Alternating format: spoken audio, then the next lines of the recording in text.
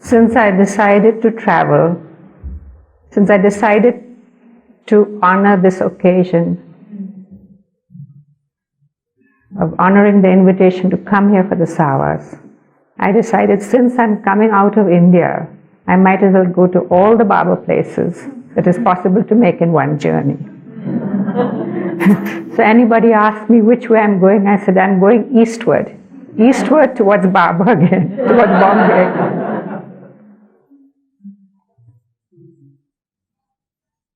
All our lives is a journey we make to the goal, a journeying to God. And I was one of the fortunate ones, not only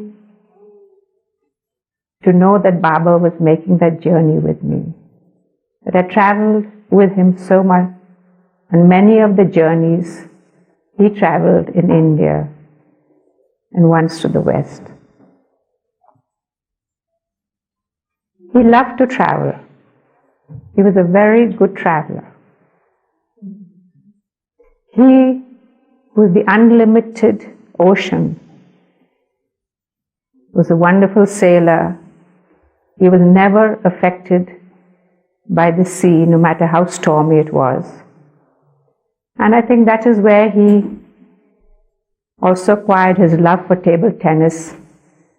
He was a smashing good player. And he gave smashing shots that nobody else could take.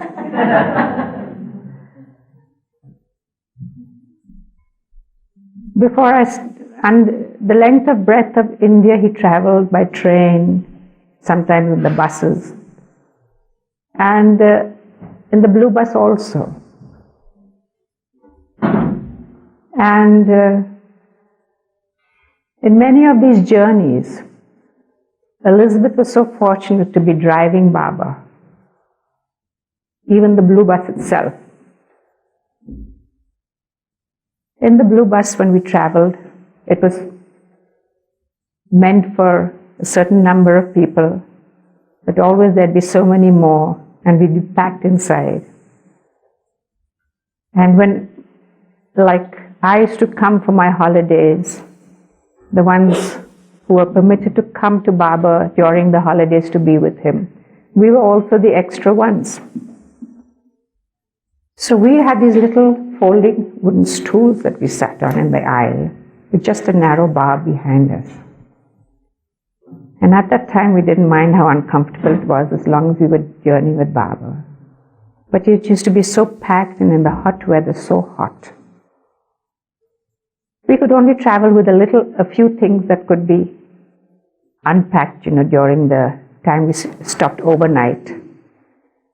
And so we tried to put as many things as we could in the rack. And Ranu had a big argument with all of us. No, you can't have this. This is extra. This is extra. So what some of them would do was to put on so many clothes. And then with the heat, start discarding them. I remember Nadine would say, "Hey, wouldn't you like this overcoat behind you? Or wouldn't you like this behind you?" And so, whether we wanted it or not, we had to accept it. And the ones who, like I wanted to look out, we were never near the windows, because all the seats were prescribed to the ones that were already, had got their seats. And many of them were the ones who got car sick. So if we did try to look out of the windows, this is what we saw.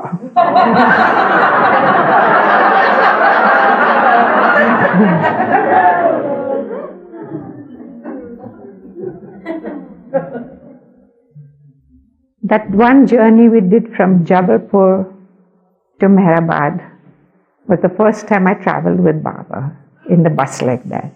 Actually, Baba was in the small car with Elizabeth, and Meher was there, and others were there. But it was terrifically hot. Even Ahmednagar doesn't have such temperatures. And in the night time, it's the same. So when we traveled from Jabalpur to Nagpur, it was even hotter. And everybody thought we had temperatures, it was so hot. just to let you know how hot it was, you could take a bath in 5 minutes and put on your clothes and they would be dry. The clothes that were wet would be dry. It was that hot.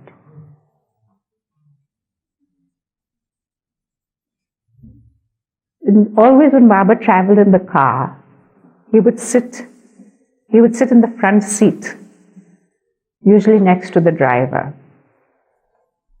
And always he would appreciate good driving. And often when we were driving with Baba, we've seen him pat whoever was driving to show his appreciation on his back like that. And usually the chauffeurs, not the mandli, got more pats than they did. Because Baba, and for them it was a proud time. They were so happy to be able to do this for Baba. There was one journey I'd like to describe. I wouldn't say it's a typical average journey, but I think almost everything happened in that journey. We were traveling from Raipur, it was, to a place called Badnera, where Baba was going to do some mast work there.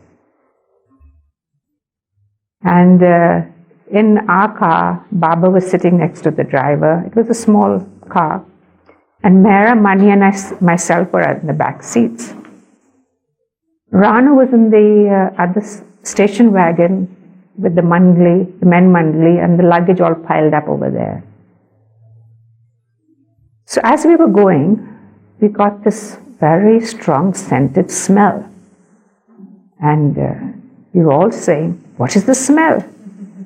And then Mera and Mani were discussing. I'm quite sure. You see, this was all arranged by Jal Kerawala, who Baba called magistrate, because he was the magistrate of the place. And he would do everything in such detail for Baba. Even the house we came to stay in, which he'd arranged everything. I think a woman couldn't have done it in more detail, the way he did it.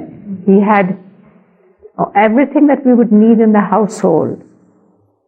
The grain, even that had been, we always have to clean the grain, take out any things like stones or sticks or anything before we cooked a rice or dal like that over there. So everything had been seen over.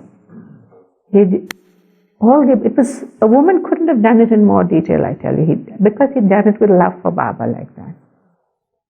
So when we were leaving, it was wartime, it was so difficult to get petrol from anywhere, but he managed it for Baba. So we said, he must have cooked this rawa, this sweet dish, and they like to put a lot of essence in it. That's what we're smelling, the essence. So when we stopped at the place where Baba said, we'll get down and eat over here, it was a traveler's bungalow. We tried to look for where that rawa was. There wasn't anything in there. It was a driver who put some very scented oil in his hair. It was so sickening. So I think Baba must have been affected by it too, because later on he let Jal drive our car and changed the driver to the other car. And then we wanted to serve Baba dal and rice, but the vessel had gotten stuck. There was a vacuum. It was so hot we couldn't even open it up. Now Baba says, I've eaten the rice, do what you like with the dal. So anyway, we ate a little bit and we started on our journey. And it was hot weather, a small car. It started steaming, the steam would come out, so much so that we could even boil tea on it, it was so hot. And there were many delays. So where we were supposed to pass through Nagpur again, this was another journey at 4 in the afternoon. We were passing it around 9 or 10 at night. And suddenly, on an incline, the car failed to start. So fortunately, Jal was in there. I think Baba must have known, so he wanted one of the mandli there, with him. And so, very apologetically, he said, well, if you'll all get down, maybe the car will, be able to go up the incline. In the end, we said, let's help push it. So Baba told Mehera she was not to push it. Jal was in the car and we were trying to push it. And we had this little wirehead terrier Typhoon with us. Baba named her Typhoon. At least we had all decided, because the day we got her, we were in Meherabad at the time. There had been a terrific storm, thunder and rain and all, so that's why we named her Typhoon. She was a very good traveler, much better than us, I think. But I think it was a little strange for her too, to find herself in the night not reaching anywhere. So we all got down and started pushing. Baba saw that it's not going to work, we'd be there all night. So he gave a hand. And hardly had touched the car when it was pushed up and the engine started. And they said, get in quickly, get in quickly. So a little of the baggage that we'd given, I think 1 or 2 packages were left there, but because it was all in the dark, we couldn't see. But we got in. And no sign of the other car, no sign of the station wagon. We didn't know where that was. We reached this traveler's bungalow about 4 in the morning, which we were supposed to spend the night at. So we didn't have any sleep there. Baba said, lie down a few minutes and then we'll get up. But he was still worried about the second car. And they had had a puncture. They had to go and, I think, the second puncture. And they were so delayed also. And they arrived maybe an hour or so after we did at the traveler's bungalow. Then Baba decided he's going to change cars. So we were to sit in the station wagon with Jal Kerawala driving, and there was a young boy whom Baba had in Raipur who would be traveling with him to Badnera, and then Baba would send him home with Jal. So he was sitting next to Jal and Baba was sitting next to the door. We were going at a good speed. Baba was happy, everything was going well. And suddenly, the horn wasn't working anymore. And in India, you have to use you can face anything on the road. So you have to have a horn. So we had one of those old-fashioned ones that you could press, But even that hadn't been used for so long that wasn't working. So what Jal did was to pull it off. And he says, well, if the boy blows on it, that will work. So he would tell the boy that when he saw any traffic to blow on the horn. So that he was more enthusiastic than he should be. So half a mile away he was standing, boo, boo. So we started, at the back we had to be very quiet, but we couldn't help but giggle about it. So in the end, Jal was so excited. But my boy, he said, don't go poo, poo, go poo, poo, poo, poo, poo.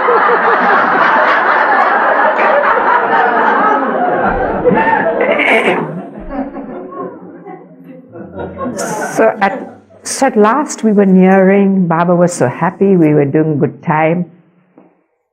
And then the car didn't work. We were about 3 miles from our destination and didn't work. Now what could have happened? We had run out of petrol. So there was no petrol pump in sight. And Jal saw this farmer going with these 2 bullocks. So he said, my man, why don't you come and draw the car? We will pay you for your services. That farmer said, no. They were very good, well cared for bullocks. He says, no, my bullocks have been working all day.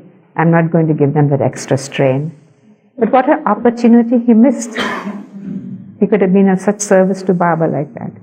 So then, a little while later, this man, who you could see that was economically very poor, his bullocks were all scraggly, and in the end, Jal was desperate. He says, please lend us your bullocks, I'll give you anything you ask for. And that man, he couldn't believe it. He says, will you give me 3 rupees for it? Certainly we'll give you 3 rupees. Baba, I think, told Jal to give him about 10 rupees for them. But at last, we reach our destination with the car being pulled by those bullocks. That's how we reached. Got the petrol. Now, when we reached there, Baba was not going to allow us to be in peace, relax or anything. We were supposed to Baba went for some must work. We got his, a bed ready for him on the ground, his bedding ready. We said, we'll be sleeping here. And we said, anyway, we'll be having to go. We'd have to get up at 12 to catch the train. So let's get to bed early.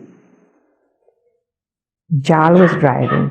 And we had this whole retinue of the servants belonging to the traveler's bungalow, all lined up, ready to salute us as we went by. So we had the eyes of everybody on us, and we sat in the car.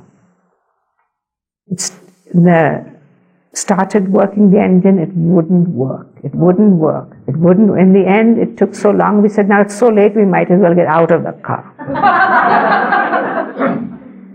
So when Rano and Baba were in the front, they got out. Rano says, why don't you get out? We said, the door won't open. We can't get out. So with everybody watching, we were pushing from inside. Rano was pulling from outside. At last we got out of the car. Now we hardly had 2 hours rest, and it was time for us to go, get up and go. So we were going in the station wagon, because anyway that one had failed us, and the station was about 10 minutes away. Baba said, immediately the train comes. It was a frontier mail that only stopped 5 minutes at the station. Rano was told to find the ladies' compartment which had our reservations and just get in with the luggage and everything. So Rano was in front, Mehra, Mani and I were following behind. And through the crowds, we were carrying our sacks, Mehra in between, seeing that, in the crowd, nobody touched her, protecting her, yet getting along. So we would sort of swing our bags to get room for ourselves to go through. We used them like weapons to get through like that. Very useful. And also protecting her from the back as well as the front, and we went along. And Rano found our compartment. It was locked. People were sleeping inside. I mean, it was meant for everybody. They were sleeping inside. And she was desperate. Open the door, she was calling. She tried to speak in Hindi. Nobody was opening. It was all locked. She was banging on the door, banging on the window, and suddenly the window opened by itself. It just fell down. And she sees this figure, a nice big curve of her hip lying down. So she bangs on her. Open the door, open the door. That one wakes up from the sleep, just opens the door, and we get in just in time with luggage and everything. So in the semi-dark, we get our luggage in, we find a little place for ourselves to sit, and we sort of doze off till the morning. In the morning, we wake up to see who the passengers were, make them get up, give us a little more room. And the lady who had had this banging, of all the people, was a Zoroastrian of our own community. So Mehra, to make up for the reception she had received from us, would talk very sweetly to her and talked about her. And Mehra always liked chatting, and people like that. And she says, and then to explain how Rano was with us. Well, when we were in America, meaning when Baba was in America, she was like our host. We were guests over there. And now that she's here, she's like our guest. She's our guest here. And to explain the whole thing. We were told not to talk about Baba, so this is what we said. And we talked to the others, and we came back to Nagpur. And there Baba said that we had to get down, get everything, the luggage down, and we would be catching another train to go elsewhere. So Rano told us, she says, the best thing is that if all 3 of you just get down, go and stand a little away from the crowds, and I'll manage with the coolies and the luggage and everything. So here we abandoned Rano, went and stood over there, and here was Rano not even waiting for the coolies to come. She was picking up the luggage, pushing it out. And we were not daring to think of what that woman would think of us. This is how we treat our guests. But Mani said that she couldn't help but look, and she said that odd expression on her face as the train was going by, she'll never forget it.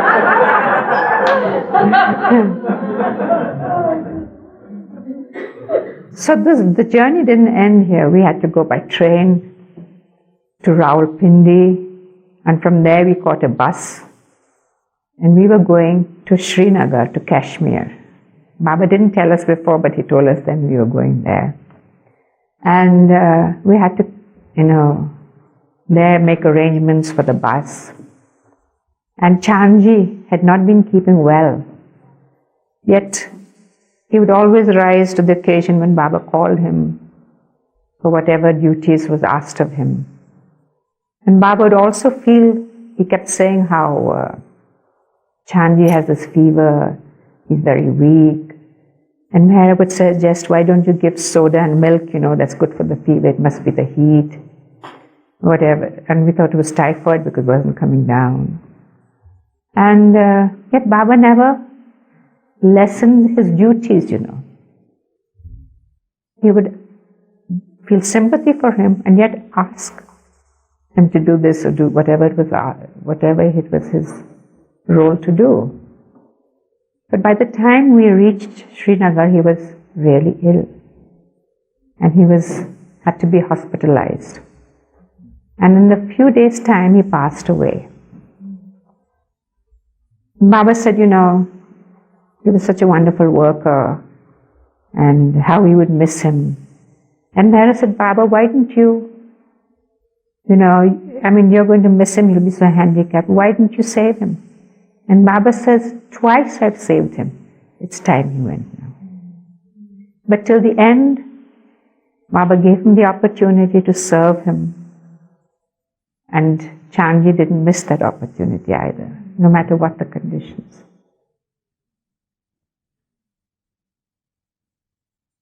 I would like to just mention that even in the trains, Baba loved traveling.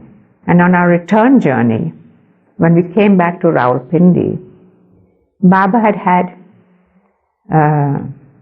this compartment for us reserved from the terminus, from where it started, from Peshawar, and paid that extra money, a whole night's journey, so that by the time we came to when the train came to Rawalpindi, we'd have that compartment for ourselves empty. But in those days, in the wartime, there were so many compartments reserved for the military that the civilians, they also had to travel, that it was very difficult for them to find room. So many of the poorer classes just traveled on the roof of the train. And because this was the empty compartment, and the other women must have begged the station master, at least let us occupy till Rawalpindi and then we'll empty the compartment. Well, most of them, when Rawalpindi came, they did.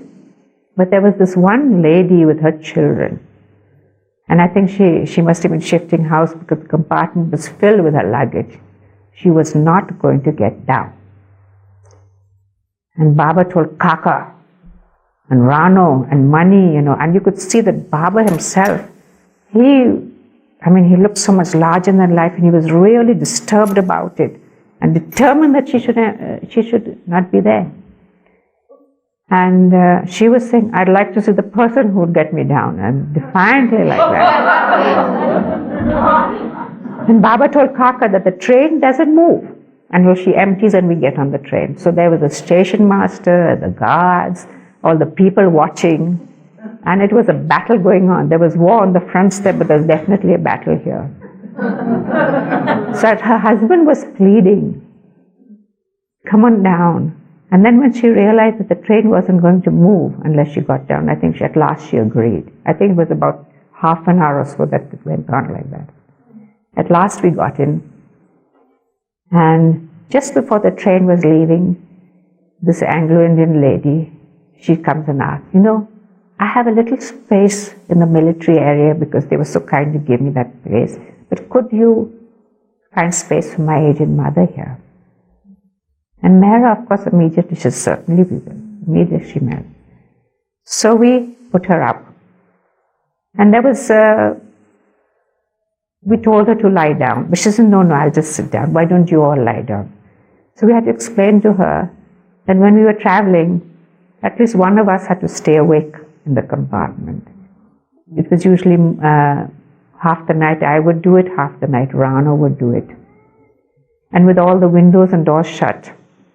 We said, no, we're not sleeping, we can't sleep. We told her, you lie down. So she was very happy to do that. But with the windows down like that, sometimes it's very difficult to stay awake with a jogging train like that, and you couldn't see out, you couldn't read. But one time when we were traveling with Baba in the train, and I said, I'll keep awake the first half, and we traveled the whole day. I think before anybody else was asleep, I was nodding and lying down. When suddenly I felt something hit me. And I said, what is this? And Baba looking at me angrily. And Baba says, bring it back. I said, what to bring back? He had thrown his sandal at me to wake me up.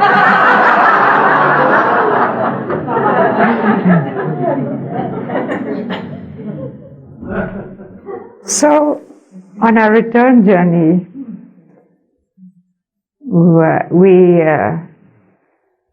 we had stopped in Agra. And this was about, Baba was going to get down in Agra. It was a whole day and a whole night we traveled. And then at Agra station, there was a bit of shunting before our train came to the platform and we had to get down. So there was this other train going by, and some soldier from the other train wanted to know the time. So he kept on asking the time, and we said, we have to talk, so we weren't telling him anything. And then he was so angry, but lady, I'm just asking the time. So Mani felt so bad. I said, Mani, why do you keep your head in? Why do you put your head out over? So there it was the middle of the night. We arrived and we were supposed to go to the hotel. There were only Tongas there. I think Mani, Rano and I were in one Tonga, and Kaka, I don't remember how it was, but Kaka and Baba and Meheru were in the other Tonga with the Tongawala. We'd hardly gone part of the way when Meheru told Baba, get down at once. And she made Baba get down. And the moment they'd gotten down, that horse started playing up. So anyway, we were behind, so we immediately stopped. So Baba was telling Kaka to get down. He was in the front. He says, how can I get down? I've got a bag in my hand and all. You see what happened? The man was drunk, the Tongawala, and he had put the rein in such a way that it had been all wrong. It was tickling him from the stomach, so the horse kept kicking. And Meheru knew at once there was something wrong, and immediately she told Baba to get down by there. So then in the night, they got in our Tonga. We told the man, paid him off and sent him away. And then the Tonga was sent back, and then we got into the Tonga and we reached, I think, about 2 a.m. by the time we reached the hotel. Then we went to bed. Anyway, that journey we made till Aurangabad. Baba stayed here for a few days in Agra, and there also, wherever he stopped, he was always doing his work. Baidul was there. But he would tell us how ill Baidul was, that he'd had dysentery and diarrhea because of journeying over there. But still, Baidul was always game to go and continue the journey with Baba. And then we came to Meherabad, But we're in Kashmir. I'd like to tell you that after we stayed a few days in that hotel, and then we stayed in this beautiful bungalow outside. And there, Baba had, this cook for us. And Baba took us to the gardens over there, gave us a wonderful time. And we had all the fruits and things, but Baba never allowed us to eat walnuts over there. But we liked walnuts, and this is the place which grew walnuts. And Baba would say, you see all these young boys, all the natives, you know why they're losing their hair? Because they just eat walnuts. It's very heating, he said. So I don't know what reason was, but Baba didn't allow us to eat walnuts there. And just before he left, we left, Baba gave a darshan program and many people came. And that was the thing they were bringing. Packages of walnuts. And while over there, Baba would take us to the different areas. So there was this packages of walnuts which we filled in this basket. So Meher said, well, at least we can take them then when we see the others of Meherabad, we can give them, a big share of walnuts like that. And also Baba took us to this exhibition of Kashmir, the arts and crafts. And they do beautiful work there, embroidery on shawls and different inlay work in the wood and things. And Meher would always think of what to buy that would be for Baba's pictures, a photo frame or something like that. And Baba would always encourage Meher to buy things. So she would buy, she said she would buy things for the others, like sweaters or mufflers, anything she would think that would be useful for them, she would buy. And every time Baba would encourage Meher to buy, he'd turn to me and say, you're not to buy anything. So I sort of felt very bad at my asking my. Then he also kept on encouraging her, and naturally I was interested in things that she'd buy. And again he turned to me, and not to buy a single thing, he said. But I don't think he let the others see that he was telling me this. But I knew. So then one time there was these earrings that I liked very much, and I told her, why don't you buy these earrings? She did. I said, they're very nice, why don't you buy them? She said, since you want them so much, why don't you get them? I said, no, yes, get them. So I did. Moment Baba, and he said, why did you get those earrings? I said, I didn't buy them, Meher told me. But he was quite disturbed about it. So then when we went to Aurangabad then when we were returning, we had to pack all these things in this tiffin basket. The square basket was like a box. We put all these walnuts in it. And you see, Kashmir was under a Maharaja. It wasn't under British rule at the time. So there was that boundary, that border. So whenever you came to that border, they would always halt and ask, what things have you got? Maybe you got explosives or things. And we said, no, we didn't have anything there. What's in that basket? Walnuts. You can't take walnuts in. Can't take walnuts in? All those walnuts were thrown by the wayside. Because I think the British felt that you could make explosives from it or something. You couldn't. So we never ate those walnuts. And they were never given any. I think Baba did some work to those walnuts, I don't know.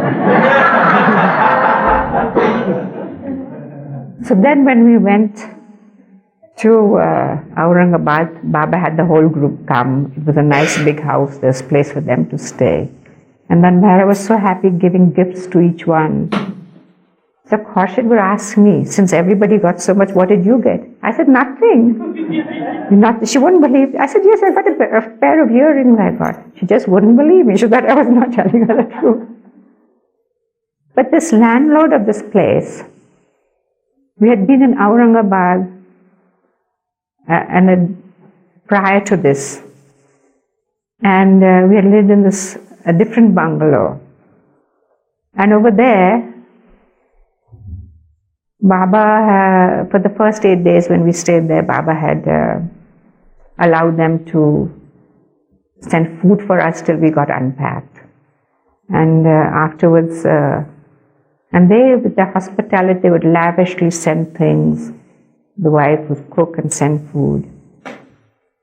And over there, our veranda was, the back veranda was where we ate. Baba's seat on the floor, we would sit on the floor and eat. And there was a side door that led directly outside in the open.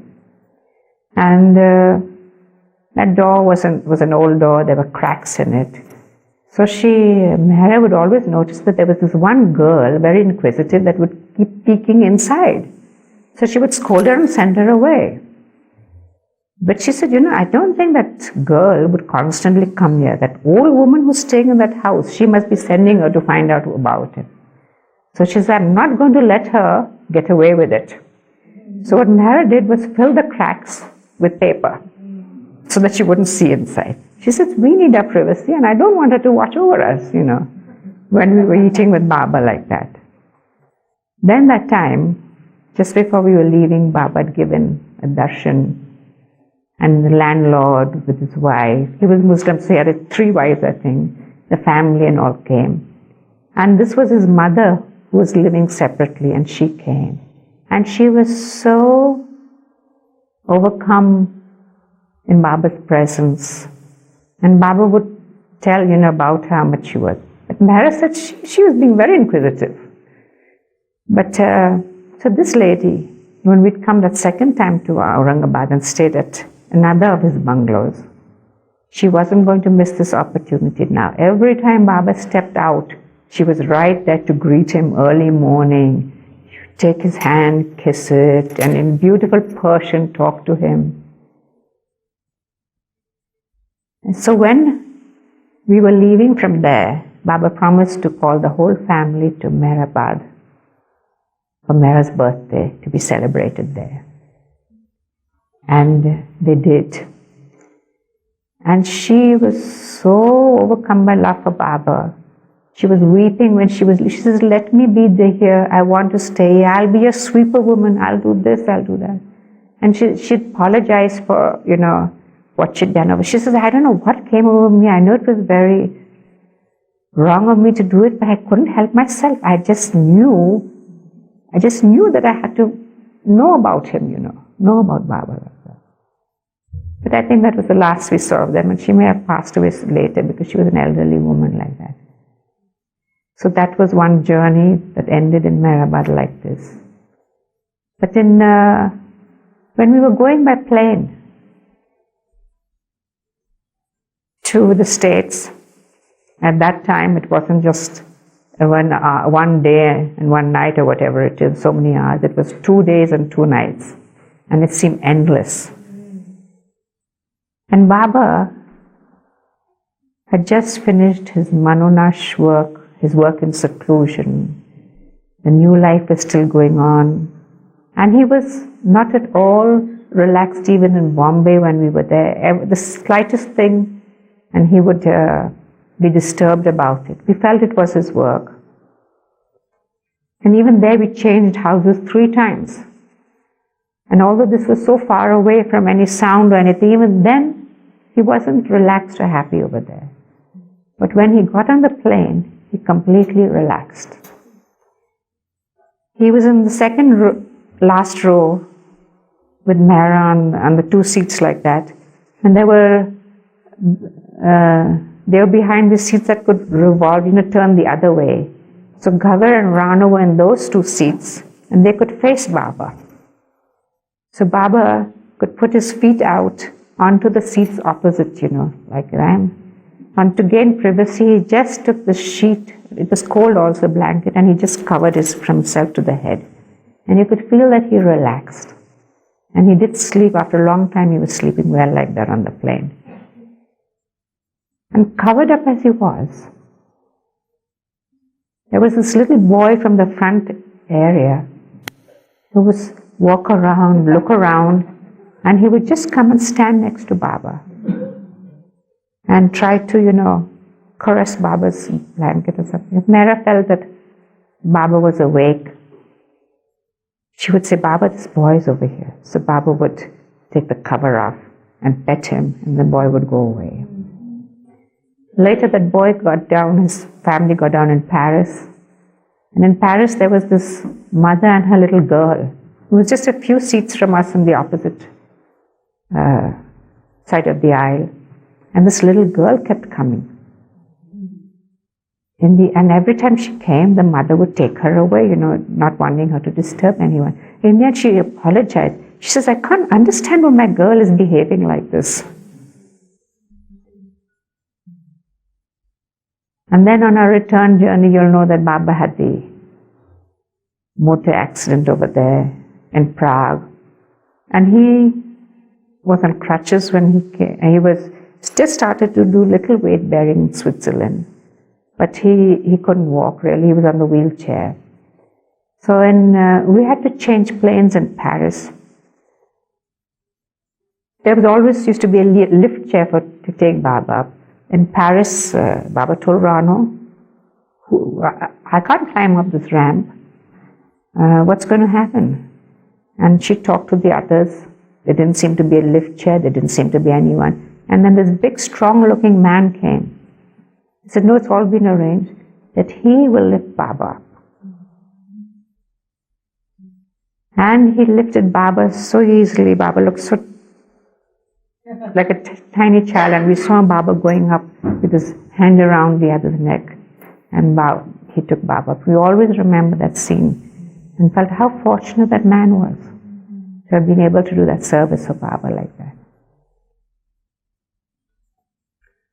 Sometimes on our train journeys, we had a big argument. More people would try to get into the compartment. We couldn't stop them, but we tried to put a limit to them. And once, when Baba had said once that to Rano now, nobody should come in except a certain number, and if any boys come in, that they shouldn't, under 12 are allowed, over 12 they were not allowed. So this boy who was at least 14 had to come in. Rano says he's not going to come in. Rano put her foot down on that. She was arguing with the others. He says, no, he wants to be with his mother. No, said Rano, he's not going to come in. And Baba said to come and report to him if anything untoward happened. So Rano said, this is the limit. She went to tell them. Immediately she'd gone, the whole family just walked out of the compartment by themselves. When Rano came back, she says, where have they gone? What has happened? You see, she brought the Mandali to have a battle royal with them to get them. They'd all gone on their own. Another time, this man, he was in the army, he came. And he says, my wife and 2 children, they must get in. I have a place over there, but there's no room for them. So we said, there didn't seem that many, let them come in. But they came with these huge bundles of bedding that were wrapped up in blankets and definitely smelt of the stables. There's absolutely no room to put them except in the aisle where we had our feet. So although we didn't want it, we had to accept it. And they were sitting there. But later on, when he came to say that, there's room, I can take the things out, we said, no, keep them there. He was so surprised because anybody else trying to come in, they'd just see those mounds of things and nobody dared to step in out. We realized that. Now, we'd been traveling the whole day with them. In the evening, we had gone to the bathroom, washed, freshened up, and we would be having our evening meal. Every now and then, when there was a big station, when Baba wasn't traveling with us, he would always come down, come to our compartment, ask Meher how everything was, see how she was, everything was all right, and then he would go back. And we had washed, freshened up, and Baba said we'd be having our meal. So you're right. And this girl and this boy started crying, especially the girl. So Meher always sort of talked with them. He said, now what is the matter with you? Oh, they wouldn't answer. They asked the woman why they're crying. So they want to wash their faces. So anything we asked her, she said, my husband knows everything about it. She was a lazy person, I think. So why don't you wash their faces then if they want it? Well, I haven't got soap, I haven't got anything, how can I wash it? So Meher feels, that she wants to do something about it. So she has this purse, she always had things, whatever Baba needed would be in there. So she takes this little sliver of soap out, looks at it, wondering whether to give it or not, and she gives it to them to use. The piece of soap that Baba had used for his hand washing, and she was wondering whether to give it or not. So she gave that for them to use. They little knew how fortunate they were in receiving that. Another time, we were going in the train, and as usual, when the stations come, it's a frantic hurry for people to find room they had been waiting for, and already the train is over full. How to do that? And there was this man who was rushing about to find room for his wife. And we knew they were Muslims because she was in that parda, standing there very quietly while he was rushing about. And somehow we noticed it, and we felt that the train would be going. And Baba came along, and Mehera told Baba, you know, that lady, couldn't she come and sit in our compartment? Baba says, is it all right? Mehera said, yes. So Baba himself brought her over and brought her to the compartment. And she came, and she was a very cultured person. And I always like to talk with them, know about things. And she said, you know, in our tradition, hospitality is such a high priority in our thing, that it's like a religion to us. And she said that one time that the son of the family had died. And there was so much sorrow, so much weeping. When this friend of the father's came, who had not visited for years. And the father told them that he should be welcome. And she stayed behind, and the husband and the father talked with him of old times, you know, being the perfect host. When the wife couldn't stand it anymore, in her room she went and she wept. And that man heard that weeping and asked what it was all about. And naturally he had to tell the truth. But he was so angry with his wife. Why did you break our tradition like that?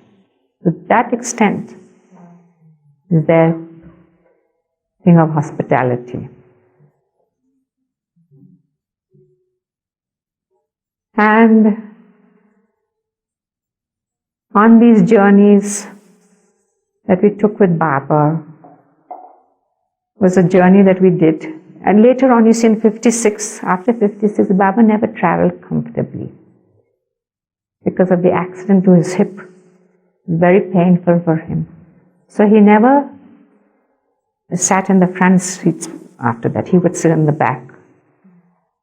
And always one time he would always want to know if there was a second car, if it's coming, if it's keeping up with us. So I was usually the one who had to keep turning around to let him know it was there. And one time we were traveling from Nagar to Bombay, and via Pune, I think Gaimai family, Erich's family, were going to meet us, were going to wait at Bund Garden and give some food for Baba so that he could have it on the way. Now, the thing had been discussed, and we'd taken the food, we decided we'll eat it on the way. And we went ahead from Pune, and the second car, with Adi driving, and Naja and Rano and some of the other men Mandali were in the car, it just wasn't seen. Every time Baba would say, I said, no, it's not there. So then Baba halted about 20 miles or so outside Pune. And we waited, and we waited. The car wasn't coming. And at that spot was this tree it was burning inside. It was a green tree. It was like spontaneous combustion. And in that hollow was a fire burning in there. And we were talking about that. And then remembering how Baba, he was in Satara for his in work in seclusion in this bungalow called Gita's bungalow, or the judge's bungalow. And how a similar thing had happened there. And he pointed it out to us.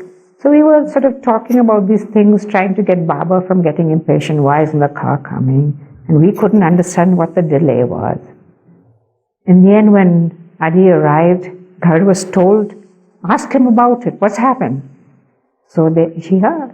And he said, I just did what I was told. What were you told? I was told to go to Ganesh Kind, which is where Banumasi stayed. And Naja must have heard the word, and she told Adi, that that's where we're supposed to go.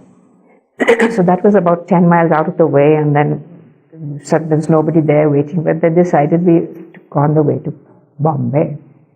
So everybody turns to Naja.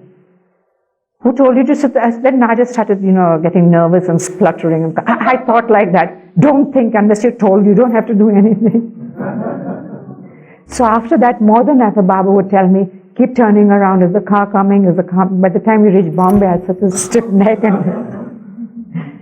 So then later, when we would always travel with Baba now after 56, Baba didn't do too much traveling. And the regular thing was that for the 3 months we would go to Guru Prasad from Nagar to Pune and back again. And even that was very painful for Baba.